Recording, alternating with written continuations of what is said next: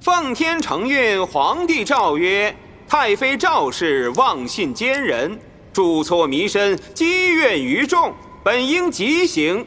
念其为帝母，孝不可废，故而耻其封号，永进冷宫，不及皇权，无相见也。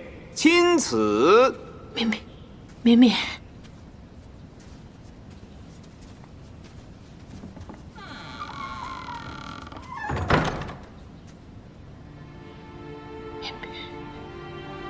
帝姬让我转告你，现在他心绪杂乱，需要一些时间来静一静。等他解开心结，自会向陛下请旨，前来看你。我撒了那么多谎，费尽心思，瞒天下人10年。其实我最想瞒的就是自己女儿。如今她知晓真相，怨我恨我，都是我应得的。你若之前不费那么多心思，尽早澄清事实，认错担责，帝姬也不会对你如此失望。说的容易，为人父母，永远都想把最好的那一面给孩子看到。穆方氏，你今日前来，有事找我吗？玉牌邀约已了，我来交付所托，同时寻求一个答案。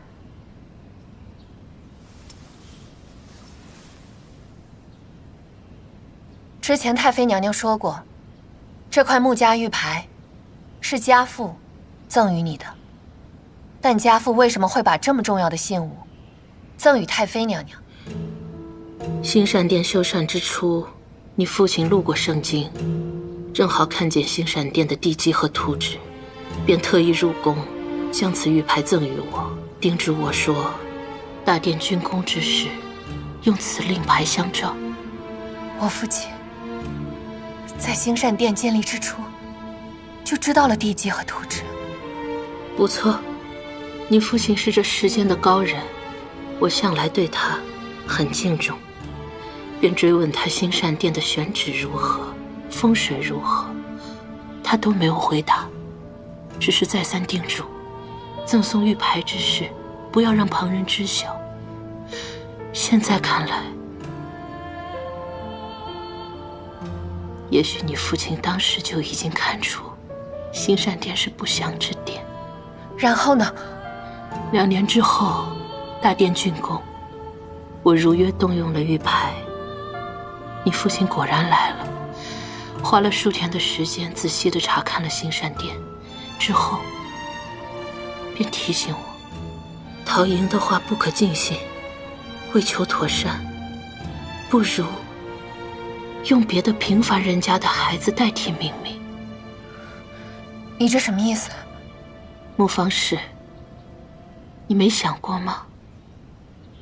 兴善殿对我来说是何其重要之事，若没有高人指点，我怎敢以一个八字相同的女孩来代替明明，做阵法中最重要的神女呢？这不可能！我父亲如果知道大殿有意，一定会提前告知，终止典礼，绝对不会想出这种草菅人命的折中法子。赵倩如，事到如今，你还在推卸责任，攀咬他人。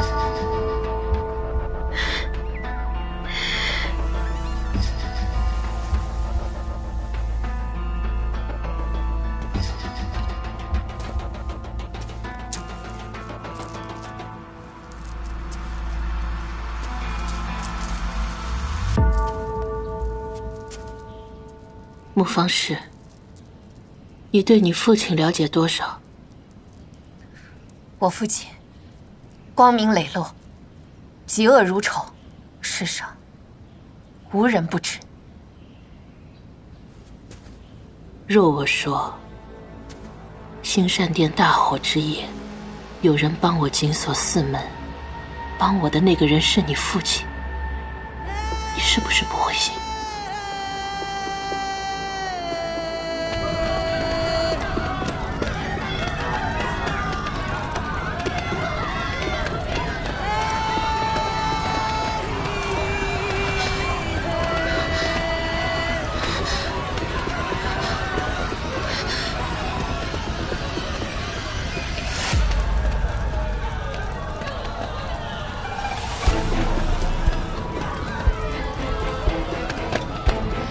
为什么？事后你父亲解释道，当时情形过于凶险，如若他不及时封镇，事态他将无法控制。这些话是不是却是实话？如今想来，也未可知。也许一开始，你父亲已经想到了最后会发生的一切。也许我、陶颖，还有那个隐藏在殿内的妖物，都在你父亲算计之中。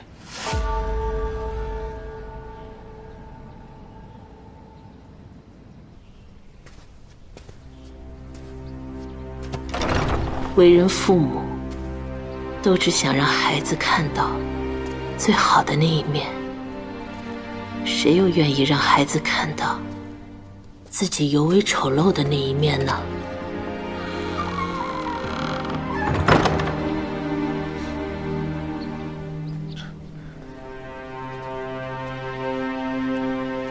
哎呦，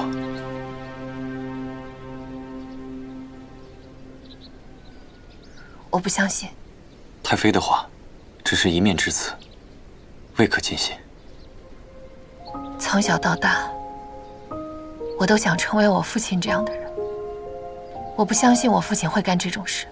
哎呦，随我回了然谷吧，去见我师父。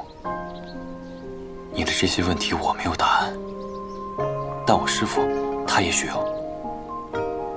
为什么？穆方士，哎，柳方士，哎呦，找你们半天了。护士神尊在哪儿啊？赶快请他老人家到我们青林涧去一趟。你找阿生，什么事儿？灭天之劫就要来了。血月凌空之时，便是灭天之劫再现之日。我等夜观天象，苦苦研究数日，发现离此大难只有3年了。护世神尊，一切都仰仗您了。可我不是什么护世神尊啊！900年前，牧氏先祖补天之时，用的就是这把神兵。现在您把神兵拔出来了，那么救世的重任就落到尊驾的手上啊！跟我有什么关系？你们青天剑是干嘛的？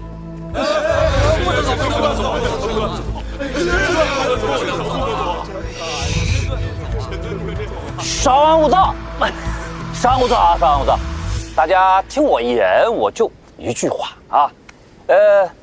刚才神尊他老人家也没有说这自己不救世是吧？只是说怎么救，这个方法，大家还不清楚啊。据天机阁的典藏记载，900年前，这个灭天之劫来临之时，护世神尊穆青石前辈，那是赤神兵劫大阵，破妖影补天裂，方才救世以为王。而如今呢，神尊神兵有了，但是这个，大阵如何解啊？妖影如何破？天裂怎么补啊？这不没说法吗？再说了，各位千万别忘，我们青天剑素来是以救天下之危亡为己任，从来就没有袖手旁观过，定要拳拳相助神尊啊，共谋方略，应对天劫，对不对？是对。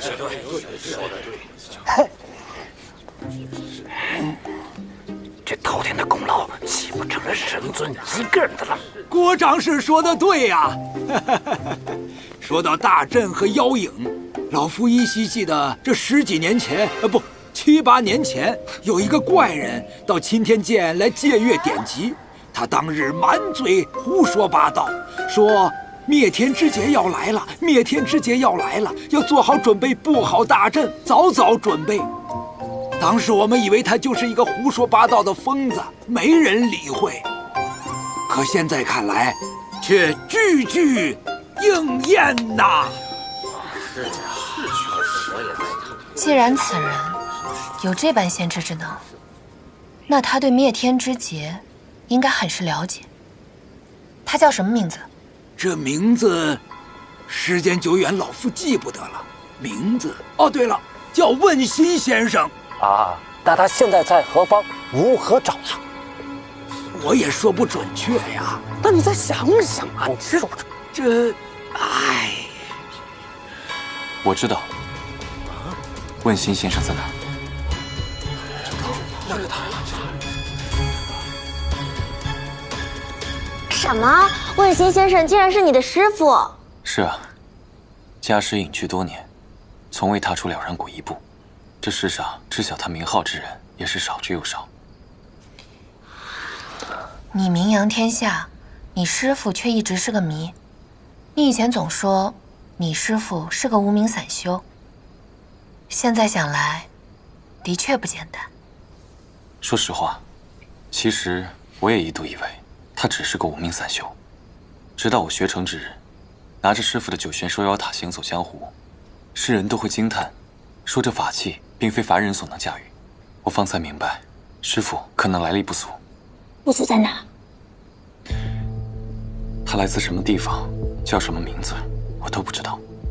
啊，连你也不知道，那是挺不俗的。自打我认识师傅起，他就已经隐居避世，只称别号问心先生。他说，他从前是谁，已经不再重要了。那你从来都没有问过？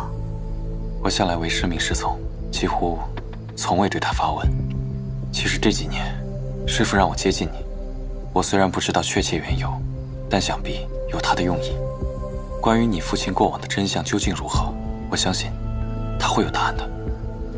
所以我才提议，让你们随我回去见他。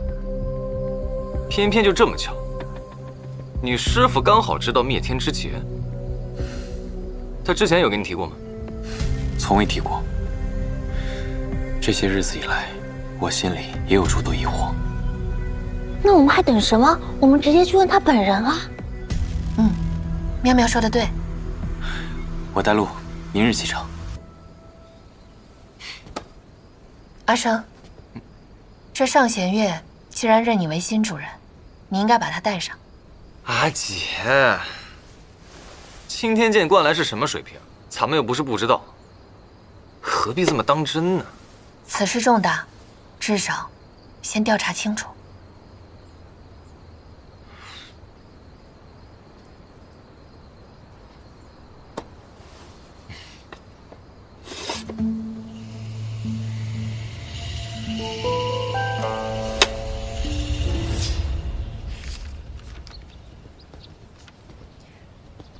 要雇个大点的马车了，要不然这么多行李也装不下。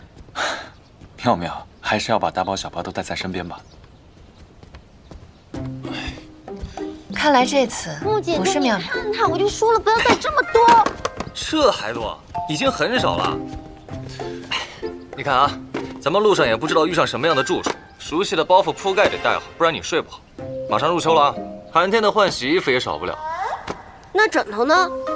这是妙妙睡惯了的，带上吧。翠翠，你去书房，把妙妙用惯了的碗筷拿上一放。那这铁锅总不用了吧？太重了。你不是说京城这种铁锅炒菜更好吃吗？去啊！又把我当跑腿。看来是要雇一辆大些的马车了。几位，侯爷知晓今日几位启程离京，特命小人相送。这里面是些黄金，为几位添做盘缠。切，这个就不用了。行走江湖之人，财帛多了反倒不便。此番想要多谢侯爷相助，他这个朋友我们算是交下了。侯爷还有几句重要的话想说，想请贵人一步一叙。有什么话非得单独说？您去了就知道了。莫公子，请。我？是啊，侯爷要请的人正是您。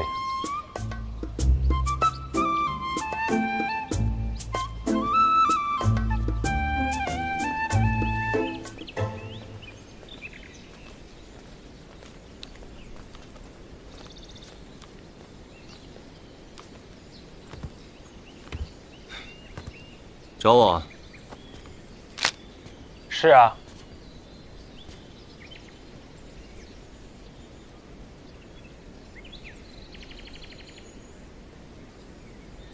这么看，你确实比我更像父亲一些。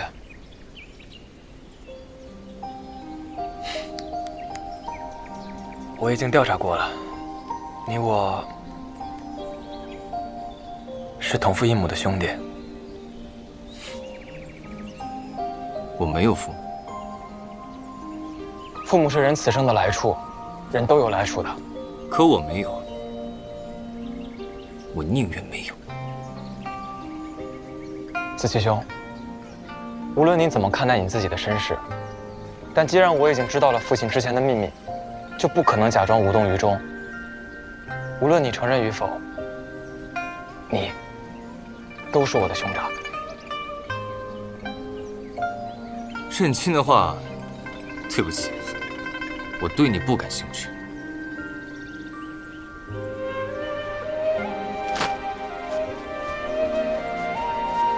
我小的时候呢，总是觉得特别的孤单，总希望有一个兄弟为伴。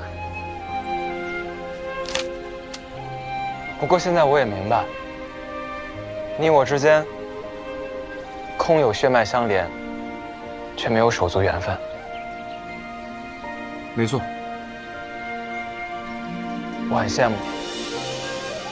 羡慕我吗？是啊，穆小姐对你照顾有加，手足二字不在血缘，而在朝夕相处、肝胆相照的情分。你自由自在，快意恩仇，不被世俗所累。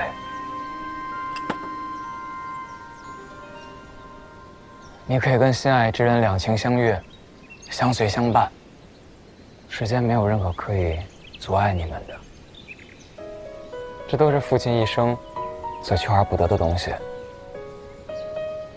也是我所羡慕的。而这些我没有的东西，你全部都有，有些酸楚，却有些宽慰。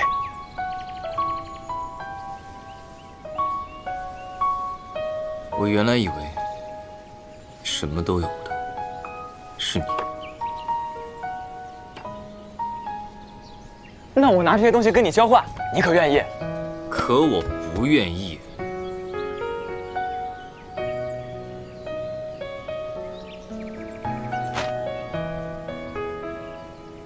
如果换的是我，我也不愿意。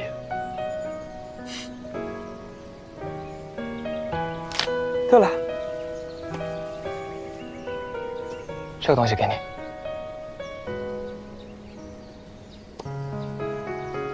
这个应该是你母亲的东西。如果你有天遇到她，就物归原主吧。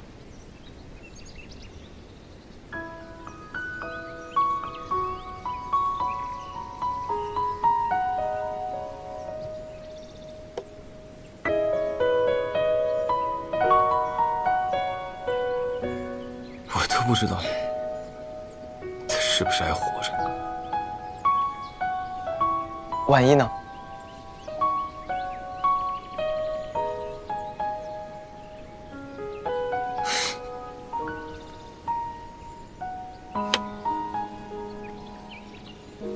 哎，时间也不早了，我就不耽误你们了。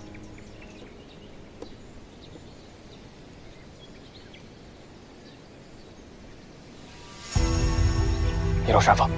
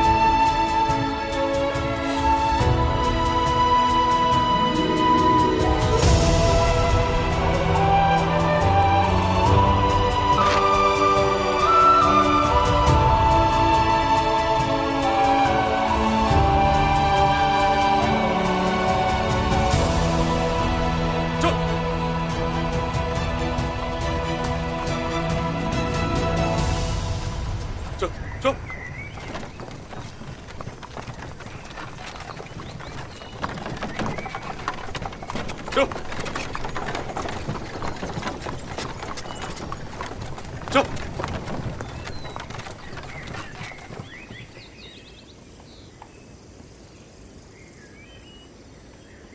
各位，你们还记得这个茶摊吗？特别有纪念意义。记得，当时妙妙还给我们取了个名字，叫竹林四侠。我们行走江湖，真的不能换个名号吗？不能换。京城一战，咱们已经把竹林四侠的名气打响了。听惯了，其实这个名字挺好听，还是子熙有品味。这次多亏了妙妙，提醒我们到了京城，要互相团结。对了，当初妙妙还一直提醒我要小心桃花劫，你是如何预知的？我也不知道为什么自己会说这些，但是自从新上店开始，我的记性好像变差了，很多事情都断断续续的，记不太清楚。天降恶兆，多事之秋。妙妙身体里突然生出七彩内丹，子期又拔出了上弦月，这些问题都非同寻常。看来，只能找问心先生答疑解惑了。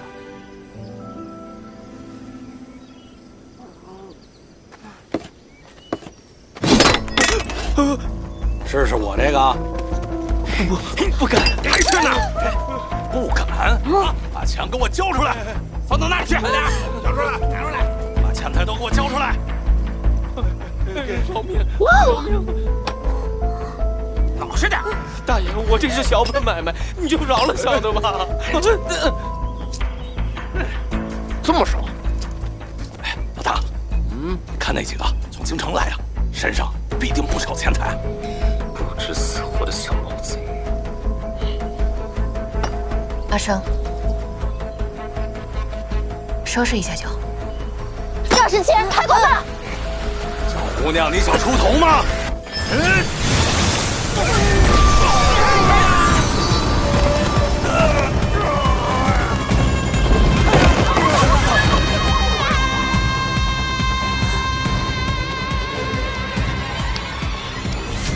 连符纸都不用，只靠内力就可以把人震倒，这也太惊人了。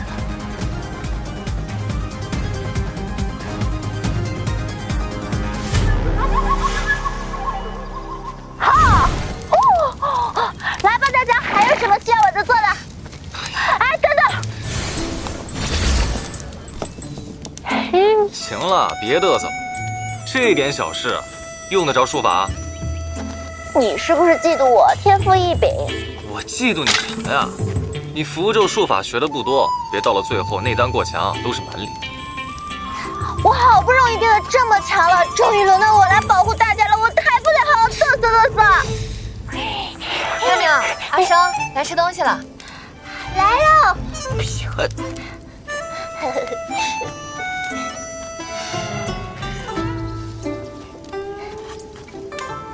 给，我可以把马变走。嘿，吃。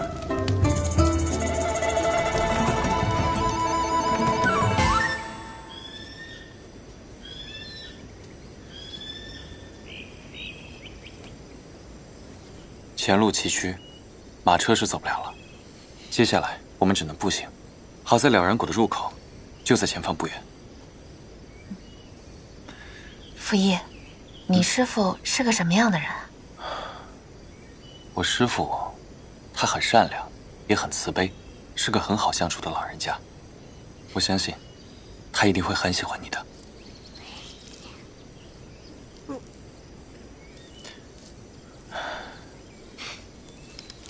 阿瑶，水囊没水了，你去汲水可好？好。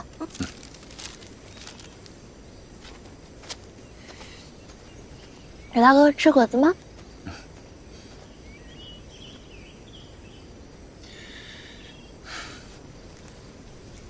阿生，你随我来，我有话和你说。有什么话不能在这儿说呀？又没有外人。是啊，我们竹林四侠之间不是没有秘密了吗？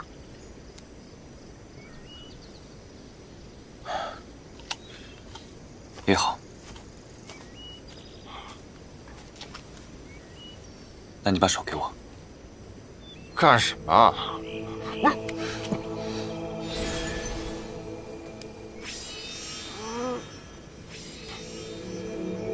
你干什么？恶心死了！这是避阵符，我师父在谷口设下了问心之阵，以作屏障。你入谷时，将这避阵符握在手心，便不会被照破妖身。你在说什么东西啊？什么问心？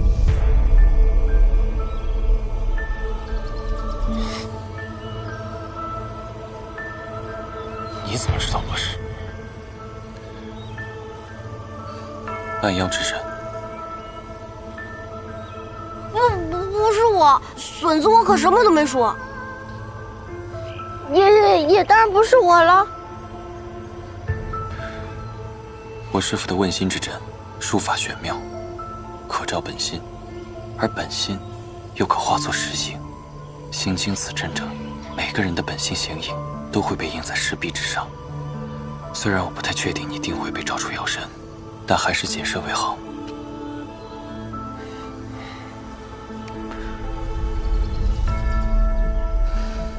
刘福音，你是不是早就知道了我是？我知道。那你有没有告诉过我？妙妙一直在劝你把这些告诉阿瑶，我也知道你一直都没有准备好。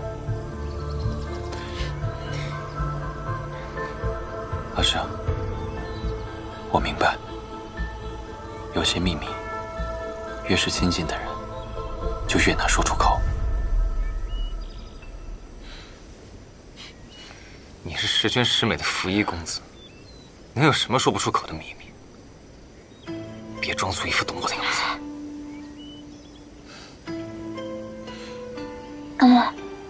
子期的意思是，他很谢谢你。这些话总归是要告诉木瑶姐姐的，但若不是他亲自说出口，还是差那么点意思。幸亏有你提醒。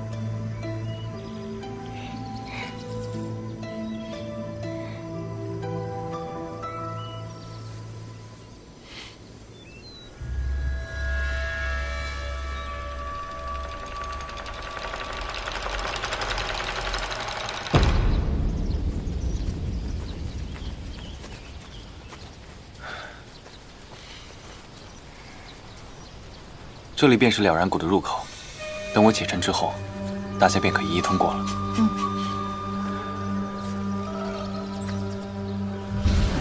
了然天地，万化尘埃，八门轮转，问心则开。解，可以通过了。好。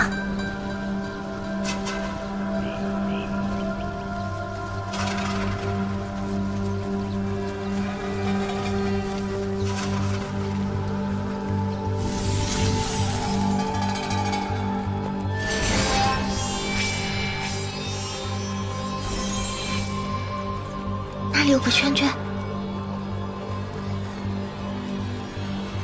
问心之阵就是这里。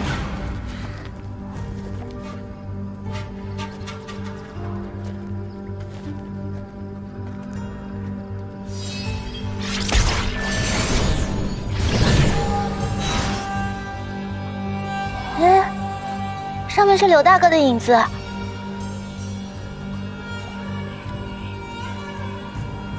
为何是个小孩子？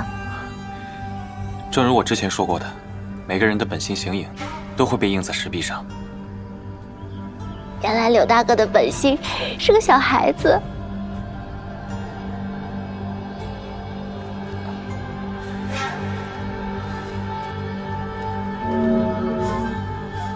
那我也来试试。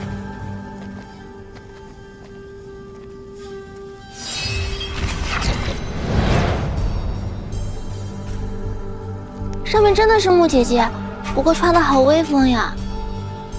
阿生，你还记得吗？这是父亲的衣冠和佩剑。记得。这身装扮是穆家家主的服饰。有意思，真有意思，我也试试。哎，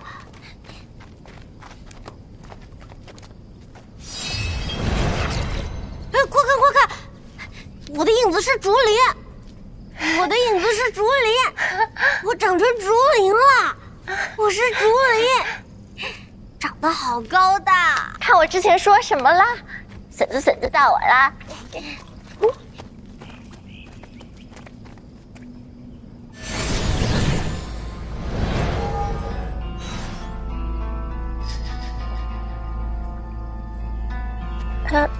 这是什么意思啊？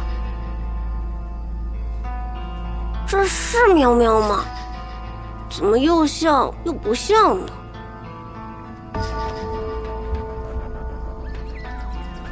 你穿的是什么呀？我也不知道啊。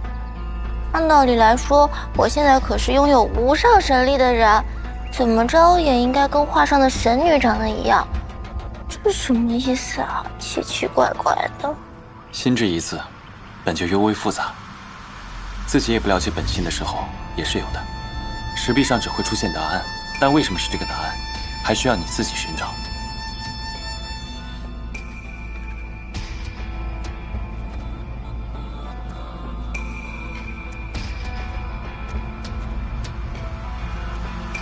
阿生，到你了。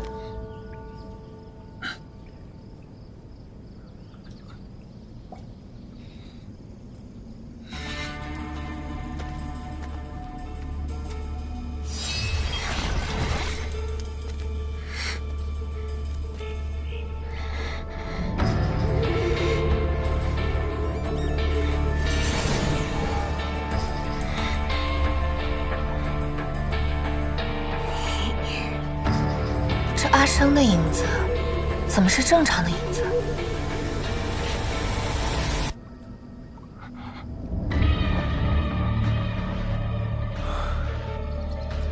说明子期他表里如一，心里纯粹。对，有道理。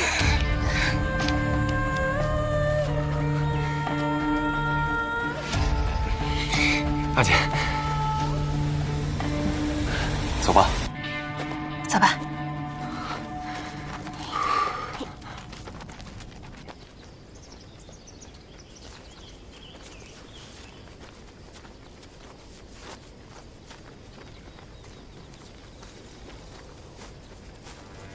放肆！哪来的妖物，也敢擅闯我了然谷？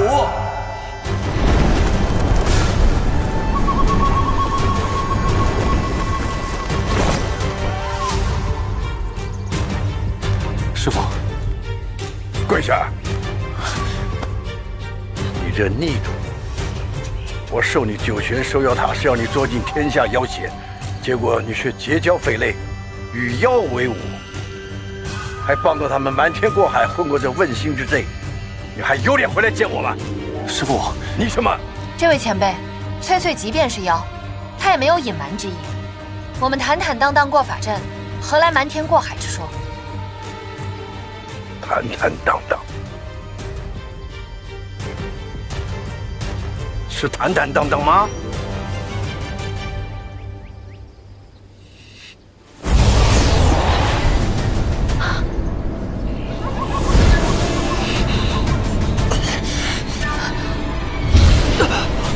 子期，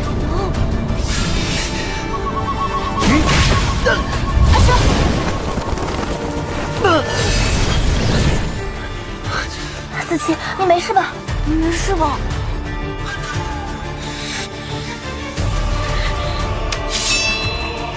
阿阳，看清楚，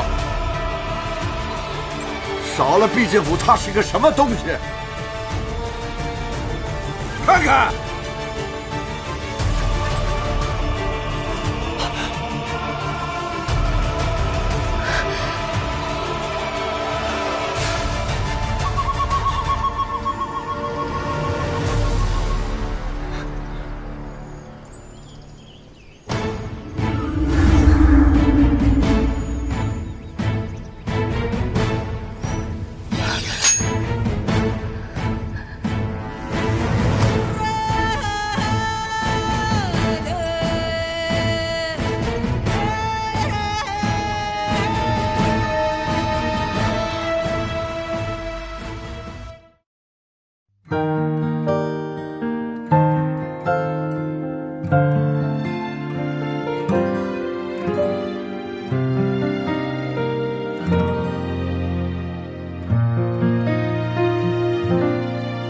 眼中的天总是耀眼的蓝，离港的船扬帆，静待风来。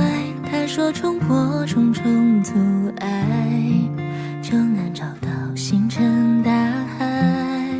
悬崖边的雏鸟，翅膀张开，要飞多高才能不负期待？你听海浪，他说清风自来。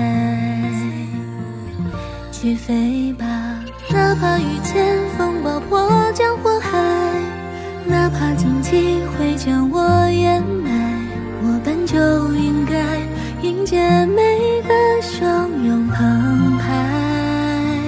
这世界有精彩也有平凡的片段，全力以赴过就足够勇敢。下一站在前方向我召唤，我开始风的花，洁白柔软，却能坚定生态。圆形的伞，任风从何处来都会期待。去飞吧，哪怕遇见风暴破江火海，哪怕荆棘会将我掩埋，我本就应该迎接每个汹涌澎湃。这世界有精彩也有平凡的片段，全力以赴过就足够勇敢。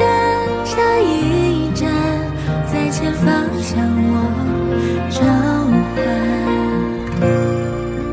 等微风吹开这船前纸鹤的信笺，泛黄的纸张等